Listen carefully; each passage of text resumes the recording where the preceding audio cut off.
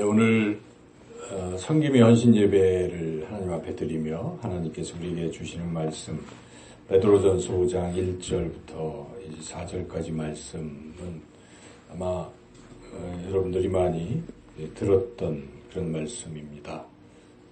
베드로가 첫 직분이 이제 장로라고 소개하고 있는데 같은 장로들에게 권면하는 그런 말씀인데 이 장로들은 교회의 지도자들이라 말할 수 있습니다. 그래서 오늘 이렇게 헌신을 다짐하는 참된 제자교회의 이 성김이들이 바로 그런 지도자들입니다. 그래서 동일하게 우리에게 적용할 수 있는 소중한 말씀입니다. 이 말씀을 통해서 우리가 성김이로서의 바른 자세가 어떤 것인지를 함께 은혜를 나누고자 합니다. 여러분 100m 달리기 해보셨죠? 지금 나이가 들어서 100m 달리기 하기 참 어려우시겠지만은 한때 100m 달리기를 이렇게 해서 이게 뭐 12초냐 13초냐 뭐 그렇죠. 그래서 제가 제 기억으로는 그때 체력장 할 때 만점이 13초였던 것 같기도 해요. 근데 그때는 저도 13초를 이렇게 뛴 것도 같고 그랬거든요. 만점을 받았으니까. 그러니까 지금 뭐 13초는커녕 뭐 한 50m도 못 뛰는 것 같아요. 저는 체력이. 근데 아마 여러분들도 그런 과거의 기억이 있을 것입니다. 이 100m 달리기를 어떻게 하면 잘할 수 있을까? 어떻게 하면 잘할 수 있을까요?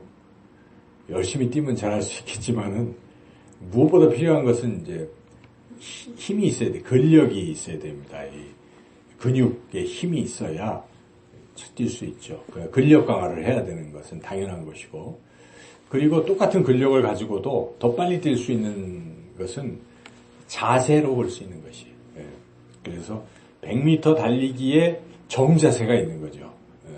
그래서 그거는 아마도 이 발을 좀 이렇게 높이 들어야 이게 또 멀리도 가고 힘이 있죠. 그리고 손도 그냥 가만히 이렇게 뛰면 안 되겠죠. 그래서 손도 힘차게 막 이렇게 이런 어떤 발과 손이 많이 올라오고 이렇게 하는 똑바른 자세를 가지고 허리를 펴서 이렇게 뛰어야 빨리 뛸 수 있겠죠. 그래서 자세가 중요하다는 것입니다.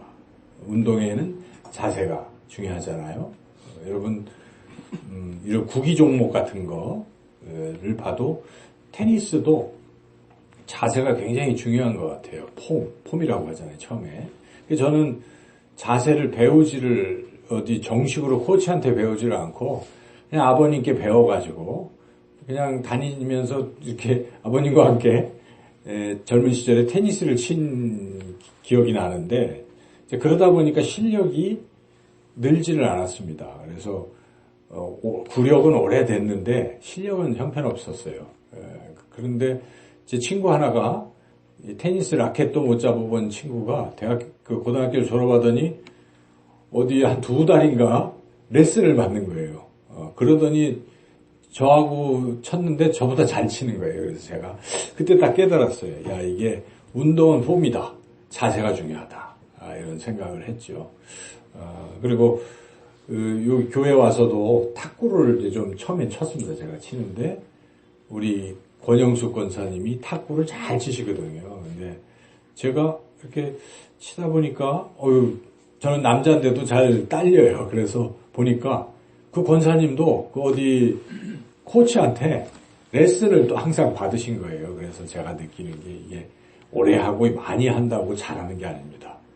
잘 배우는 거죠. 자세를 똑바로 배우면 잘할 수 있다는 것입니다. 그래서 뭐 운동뿐만 아니라 우리 잘 모든 것도 결국은 자세입니다.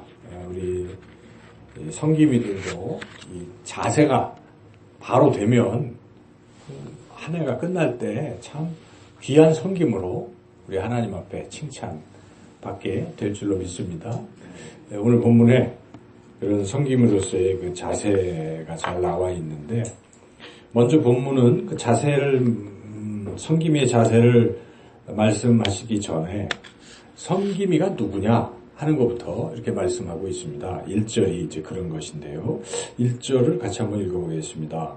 너희 중 장로들에게 권하노니 나는 함께 장로된 자요 그리스도의 고난의 증인이요 나타날 영광에 참여할 자니라. 베드로가 자신의 신분을 먼저 밝히고 있잖아요. 근데 이 장로들에게 나도 장로다 하면서 밝히고 있는 신분이기 때문에 이것은 같이 이 장로들은 나와 같은 이런 사람이다 하는 것을 이제 나타내고 있는 것이라고 볼 수가 있어요. 그래서 이것은 곧 섬김이란 이런 사람이다 하는 것이라고 말할 수 있습니다. 그래서 섬김이는 그거예요. 여기에 나온 대로 고난의 증인이요 영광에 참여할 자, 즉 고난을 받는다는 것입니다. 그리고 영광을 받는 것이 섬김이라는 것입니다. 고난은 이 땅에서는 고난을 받는 거예요. 섬김이. 그리고 하나님 나라 가면 영광을 받는 것입니다. 그러므로 섬김이가 이 땅에서 자꾸 영광만 받으려고 하면 어떻게 되겠습니까?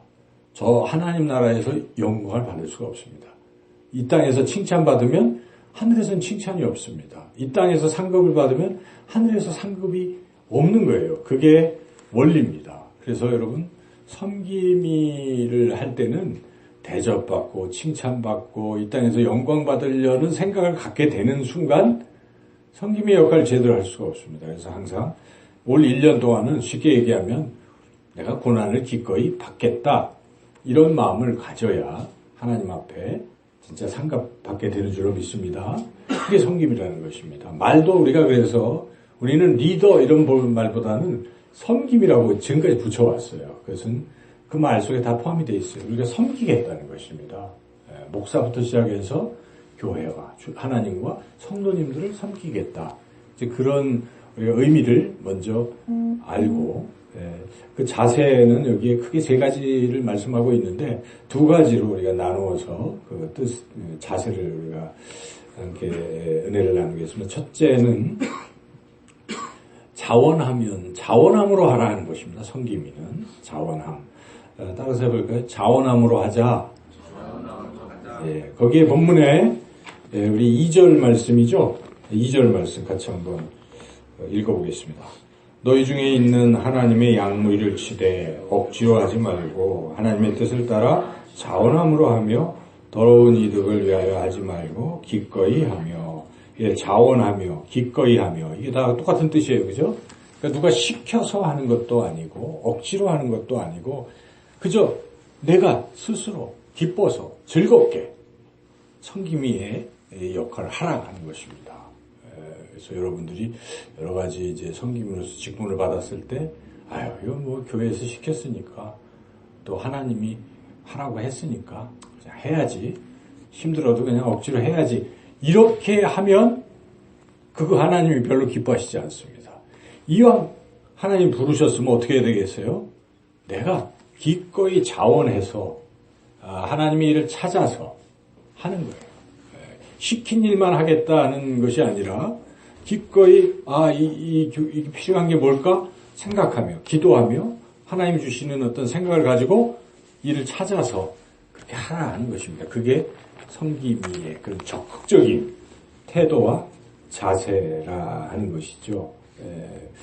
흔히들 자꾸 이렇게 자발적으로 하는 것을 너무 나댄다.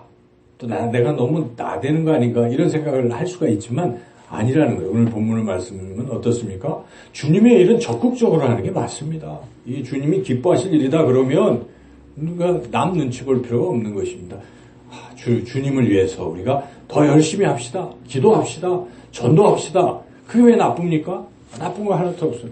남들이 아이고 저 사람 왜 이렇게 설쳐? 그런 건 상관없어요. 주의 일은 이렇게 적극적으로 자원해서 할 때 하나님이 기뻐하신다는 것입니다. 여러분 1년 동안 적극적으로 그렇게 주의 일을 감당하시는 섬김이들이 되시기를 축원합니다. 두 번째는 본이 되라 하는 것입니다. 본이 되라. 우리 3절 말씀 또 한번 같이 읽겠습니다. 맡은 자들에게 주장하는 자세를 하지 말고 양무리의 본이 되라. 주장하는 것은 좀 쉽습니다. 또 잘 하기 할 수 있는 거예요. 주장하는 거 뭐 어렵겠습니까? 말하는 거니까. 자기 의견을 뭐 얘기하는 거니까. 근데 반대로 그 실제 실천할 때는 쑥 빠져버리면 이거는 성김이가 아니라는 것입니다. 근데 그러니까 예를 들면 우리가 회의를 할 수가 있잖아요. 뭐 공동회의, 재직회, 또 여러 가지 또 모임 이런 회의를 해요. 근데 회의할 때는 항상 뭐 조리 있게 말도 잘하고 뭐 해야 됩니다. 합시다 했어요. 그런데 막상 회의가 끝났는데 그렇게 주장하던 분은 나타나지를 않고 안 하는 거예요. 그런 사람을 하나님 칭찬하시겠습니까? 아니면 회의할 때는 그냥 묵묵히 듣고 뭐 그러면서 이렇게 하나님이 이렇게 결정하셨구나 하고 그 회의가 끝나자마자 그냥 열심히 그렇게 하나님 아시죠? 이렇게 하는 사람 어떤 게 오늘 성경적입니까? 후자인 거 아니겠어요? 그래서 우리는 이게 뭐 주장보다 더 중요한 것은 실천입니다. 그리고 특별히 그 일에 있어서는 모범이 돼야 된다 하는 것입니다. 성김이들은 기도의 모범이 돼야 되는 건 너무너무 당연합니다. 이 교회의 영성의 수준은 성김이들의 기도의 수준인 거예요. 사실은. 그렇지 않겠어요? 성김이들이 기도를 하나도 안 한다? 이 교회가 뭘로 어떻게 영성이 유지가 되겠습니까? 안 되는 거죠. 그리고 성도들은 그런 말도 있습니다. 목사 수준만큼 성도는 잘한다. 목사가 기도하는 만큼 성도는 기도하는 거예요. 그런 거예요. 근데 목사라는 말보다 여기 대체를 한다면 그 교회의 항존직과 성김이들이 기도하는 수준만큼 기도하는 거예요. 그 이상 하는 성도들 드뭅니다. 그렇죠. 그래서 우리가 생각해 봐야 돼요. 내가 하나님으로부터 성김이로 부르심을 받았다 하면 나는 우리 교회의 수준을 끌어올릴 수 있는 존재가 되는 것이니까 열심히 본을 보여야 됩니다. 열심히 기도해야 돼요. 그래서 올해는 좀 특별한 결단들을 하시면 참 좋을 것 같습니다. 그래서 여러분 새벽 제단을 한번 쌓아보십시오. 제가 아는 그 장로님 전 존경해요. 제가 여지껏 만난 장로님 중에 그분을 제일 존경합니다. 변함이 없으죠. 참. 근데 그분은 안수 집사가 된 그때부터 지금까지 새벽 예배를 한 번도 빠지지 않는 그런 결단을 하고 하신다는 것입니다. 그 일을 하시는 거예요. 그러니까 얼마나 모범이 됩니까? 제가 그분이 교회를 옮기게 되는 과정에 기도를 많이 했어요. 하나님 모범이 되는 그런 분이 우리 교회에 오시면 얼마나 좋을까. 그러나 또 하나님의 뜻은 또 그렇지 않더라고요. 그래서 그렇구나 했는데 참 그런 여기 계신 여러분들이 앞으로 우리 교회에 그런 장로들도 되고 이제 지금도 이미 그런 우리 교회 사이즈로 보면 여러분들은 장로들이에요. 제가 볼 때. 그런데 여러분들의 그런 모범 이게 정말 절실히 필요한 것입니다. 우리 이 참된 제자 교회의 부흥은 거기에 달려 있는 거예요.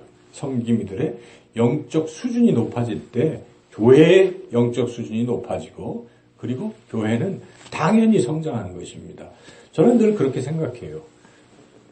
교회의 지금 현 사이즈가 중요한 것이 아니라 이 교회가 건강하기만 한다면 성장한다고 믿어요. 여러분 그렇게 믿습니까? 병들면 등치가 커도요. 곧 무너져 버리고 말아요. 한국교회 많이 무너집니다. 그런데 건강하지 아니하면 무너지는 것입니다. 저는 우리 2016년을 지내면서 이 교회가 참 건강한 교회가 되었다. 이런 하나님 앞에 그런 부분을 참 감사드리고 있습니다. 여러분 더욱더 우리 특별히 성김이들이 건강한 그러한 영적 리더들이 되시기를 축원합니다. 영성이 강성이 되셔서 그렇게 하시다 보면 교회가 건강하면요 하나님의 역사가 막 일어나는 것입니다. 사람들이 이렇게 몰려오기도 하고 와서 보고 이야 좋다. 여기 성김이들을 보니까 너무 좋다. 뭐 그런 거 아니겠어요? 전부 온화하고 사랑이 많고 따뜻하고 그러기만 해보십시오. 한 번 왔다가 계속 오는 거예요. 그러네. 모처럼 한번 왔는데 아이고 장로라는 분이 뭐 권사라는 분이 안수집사라는 분이 영 아니야. 그 교회는 이미 안 돼. 딱 그렇게 생각해요. 전에도 그러겠어요. 그러니까 제가 처음 갔을 때 교회의 수준은 뭘로 보겠습니까? 리더를 보는 거거든요. 목사부터 물론 보지만 목사만 보는 거 아니거든요. 같은 리더십을 원래 보게 돼 있어요. 그래서 야, 좋다. 이 교회면 내가 여기서 영성이 성장하겠구나 이런 생각을 하게 되는 것이기 때문에 여러분들은 고난을 감수해야 됩니다. 달리 섬김이가 아니에요. 이번에 이렇게 하나님 2017년에 부르셨다면 여러분 삶에서 헌신하십시오. 한 1년에 한 번 헌신해 보십시오. 새벽 저단을 쌓으시고 금요기도에 어떤 일이 있어도 나와서 하나님을 위해서 교회를 위해서 막 열심히 기도하는 거예요. 뜨겁게. 그러다 보면 틀림없이 하나님의 역사가 이 교회를 통해서 일어나고 이루어질 줄로 믿습니다. 이렇게 우리가 섬김이로서 그런 바른 자세, 그래서 열정적으로 자원하며 그리고 본이 돼서 잘 감당하게 된다면 하나님께서는 이 땅에서 우리가 힘들지만 하나님 나라 갈 때 틀림없이 귀한 그러한 상급을 주실 줄로 믿습니다. 어떤 상급을 주시는지 우리 4절 같이 한번 읽어보겠습니다. 그리하면 목자장이 나타나실 때에 시들지 아니하는 영광의 관을 얻으리라. 목자장은 예수님을 말씀하겠죠. 예수님께서 나타나실 때는 재림을 말합니다. 부활. 그 재림하실 때, 예수님께서 재림하실 때 우리에게 영광의 면류관을 주실 텐데 시들지 아니한다. 이것은 당시 월계관, 로마 시대에 받았던 월계관과 비교해 보는 것이거든요. 당시에는 뭐 달리기 마라톤도 있고 막 그러잖아요. 그래가지고 이 원형 경기장에 이제 딱 들어오면 어떡합니까? 막 1등으로 들어오는 사람한테 황제가 월계관을 딱 씌워주는 거예요. 그 월계관. 요즘도 올림픽 가면 월계관, 뭐 송기정도 월계관 쓰고 그랬잖아요. 그걸 씌워주는 거예요. 그 월계관은 명예겠죠. 1등이라는 거. 얼마나 기분이 좋겠어요. 기쁘겠죠. 그런데 그 월계관도 시간이 지나면 어떻게 될까요? 한 뭐 몇 달만 있으면 다 시들어 버립니다. 그러나 우리 예수님께서, 주님께서 우리에게 주시는 이 월계관은 차원이 다른 것입니다. 영원히 시들지 않는 영광의 면류관을 우리에게 주신다. 지금은 우리 모르지만 우리가 하나님 앞에 갈 때, 야, 너 참, 내가 다 봤다. 너 잘했다.